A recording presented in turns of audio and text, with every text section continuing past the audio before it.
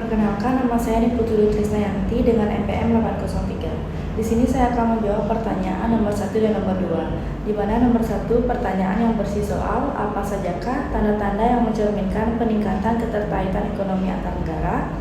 Nah, tanda-tanda yang mencerminkan peningkatan ekonomi antar negara bisa saja melalui pertumbuhan perdagangan internasional.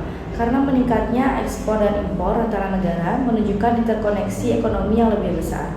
Dan yang kedua, bisa saja terjadi investasi asing langsung, di mana meningkatnya aliran investasi asing ke negara-negara lainnya menandakan hubungan ekonomi yang lebih dalam dan memberikan koneksi ke negara lainnya. Yang nomor 3, perjanjian perdagangan.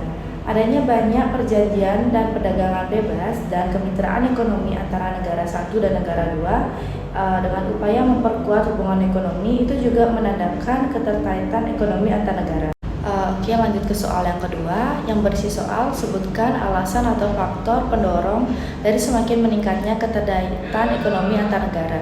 Nah, beberapa alasan dan faktor yang saya temukan dikarenakan oleh globalisasi. Karena proses globalisasi yang memperluas interaksi ekonomi, sosial, budaya, dan politik antar negara-negara mendorong keterkaitan ekonomi ini. Dan yang kedua, kemajuan teknologi. Inovasi dalam teknologi komunikasi transportasi seperti internet, telepon pintar, dan transportasi cepat itu mempermudah akses informasi dan mempercepat pergerakan barang serta jasa antar negara. Sekian dari saya, terima kasih. Bagaimana investasi langsung asing dan pola perdagangan Indonesia berubah selama 1 dekade terakhir? Selama beberapa dekade terakhir, investasi langsung asing dan pola perdagangan Indonesia mengalami perubahan yang signifikan. Yang pertama yaitu peningkatan total FDI. FDI di Indonesia telah meningkat secara konsisten, mencapai rekor tertinggi pada tahun 2017 sebelum mengalami fluktuasi. Yang kedua, diversifikasi sektor. Investasi asing mulai bervariasi ke berbagai sektor seperti manufaktur, infrastruktur, dan sektor jasa. Yang ketiga, pengurangan izin. Pemerintah telah menyederhanakan proses perizinan untuk menarik lebih banyak investasi asing. Yang keempat, insentif pajak. Peningkatan insentif pajak untuk investor asing termasuk pengurangan pajak di kawasan ekonomi khusus atau KEK. Dan pola perdagangan. Peningkatan ekspor. Indonesia telah meningkat ekspor barang dan jasa dengan fokus pada pasar baru seperti Afrika, Amerika Latin, dan Eropa Timur. Perjanjian perdagangan bilateral. Pemerintah Indonesia telah menandatangani berbagai perjanjian perdagangan bilateral untuk memperluas akses ke pasar internasional. Diversifikasi produk ekspor. Selain minyak dan gas, Indonesia mulai ekspor produk-produk non-migas seperti tekstil, rokok, dan elektronik. Dan yang terakhir, penguatan diplomasi ekonomi. Diplomasi ekonomi menjadi salah satu faktor kebijakan luar negeri untuk meningkatkan kinerja perdagangan. Perubahan ini mencerminkan upaya Indonesia untuk menarik lebih banyak investasi asing dan memperluas jangkauan perdagangan Indonesia. Kerjasama ekonomi regional dapat diklasifikasikan ke dalam 5 kategori besar. Sebutkan kategori besar tersebut dan apa perbedaan dari satu sama lain. Kerjasama ekonomi regional dapat diklasifikasikan ke dalam 5 kategori besar. Yang pertama yaitu zona perdagangan bebas atau free trade area. Anggota FTA menghapus tarif dan kuota di antara mereka, tetapi tetap memiliki kebijakan perdagangan independen terhadap negara non-anggota. Contohnya seperti ASEAN Free Trade Area. Yang kedua, Serikat Pabean atau Custom Union. Anggota menghapus tarif antar anggota dan menerapkan tarif eksternal bersama dengan terhadap negara non-anggota. Contoh, Uni Bea Cukai Eropa. Yang ketiga, pasar bersama atau common market. Selain penghapusan tarif dan kebijaksanaan tarif bersama, pasar bersama juga memungkinkan aliran bebas tenaga kerja dan modal antar anggota. Contoh, Mercosur. Yang keempat, serikat ekonomi atau economic union. Ini mencakup semua elemen pasar bersama serta penyelarasan ekonomi kebijakan ekonomi dan fiskal, contohnya seperti Uni Eropa. Yang terakhir, integrasi ekonomi penuh atau complete economic integration.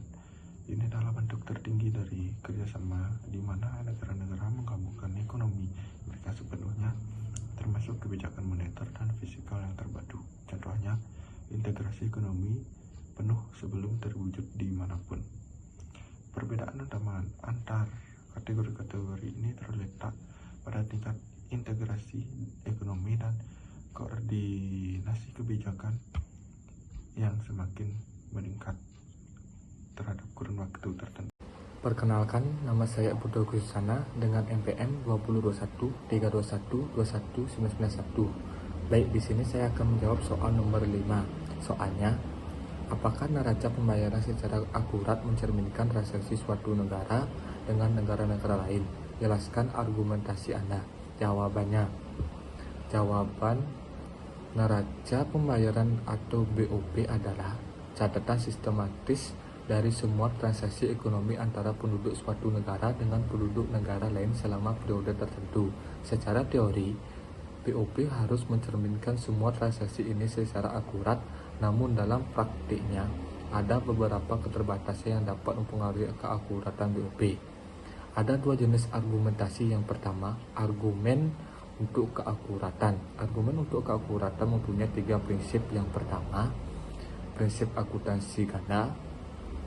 BOP didasarkan pada prinsip akuntansi ganda yang menyatakan bahwa setiap transaksi memiliki 2 sisi yang sama dan berlawanan.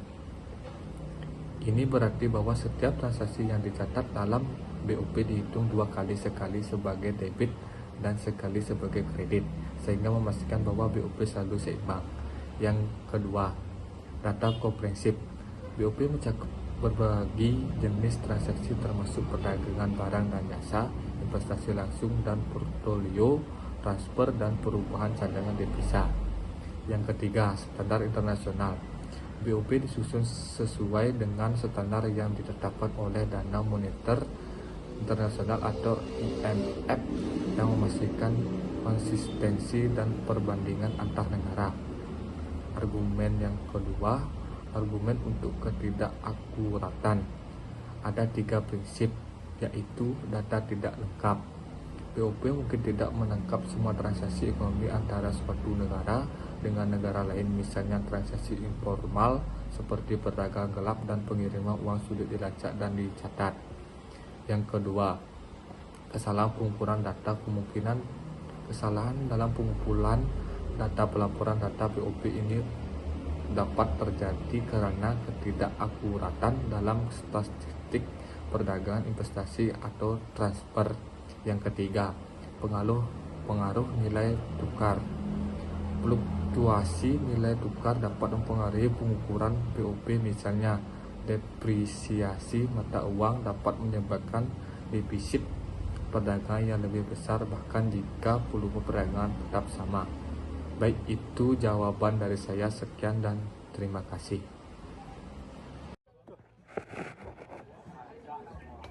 Perkenalkan, nama saya Igede Rudik Prasmana, NPM 755. Di sini saya akan menjawab soal nomor 6, yaitu faktor-faktor apa saja yang mendorong ekspansi dan peningkatan skala perusahaan multinasional. Yang pertama, ekspansi dan peningkatan skala perusahaan multinasional dan dipengaruhi oleh beberapa faktor, antara lain yang pertama, peluang pasar. Pertumbuhan pasar di negara baru atau segmen yang belum tergarap dapat menjadi daya tertarik untuk ekspansi. Yang kedua, akses terhadap sumber daya.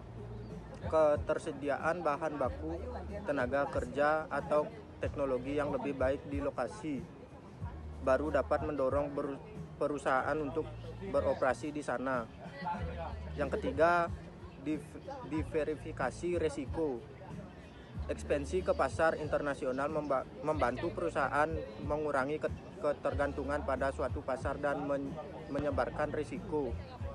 Yang keempat, skala ekonomi. Peningkatan volume produksi dapat menurunkan biaya per unit yang mendorong perusahaan untuk memperluas operasinya. Yang kelima, inovasi dan teknologi. Adopsi teknologi baru memungkinkan efisiensi yang lebih tinggi dan membuka peluang untuk memasuki pasar baru. Yang keenam, regulasi dan kebijakan. Kebijakan pemerintah yang mendukung investasi asing seperti insentif pajak atau kemudahan berbisnis dapat mendorong ekspansi. Yang ketujuh, persaingan global. Untuk tetap kompetitif, perusahaan mungkin perlu memasuki pasar internasional guna bersaing dengan pesaing global. Yang ke-8, kolaborasi dan aliansi strategi. Kemitraan dengan perusahaan lokal atau global dapat mempermudah akses ke pasar baru. Faktor-faktor ini saling berinteraksi dan dapat berbeda tergantung pada konteks spesifik perusahaan dan industri. Perkenalkan, nama saya Putu Kevin Kristiana Putra, NPM 774. Di sini saya akan menjawab soal nomor 7, yaitu apakah ada faktor-faktor yang menghambat ekspansi atau menurunkan skala perusahaan multinasional. Menurut saya ada beberapa faktor. Yang pertama yaitu perbedaan regulasi dan kebijakan pemerintah. Setiap negara memiliki regulasi yang berbeda, seperti pajak, aturan investasi, dan peraturan lingkungan. Ini bisa menjadi hambatan bagi setiap perusahaan multinasional untuk beroperasi di negara-negara tertentu. Yang kedua, ada fluktuasi nilai tukar mata uang. Perusahaan multinasional sering beroperasi di berbagai negara dengan mata uang yang berbeda, sehingga fluktuasi nilai tukar dapat mempengaruhi profitabilitas, terutama jika mata uang lokal melemah dibandingkan dengan mata uang asal perusahaan.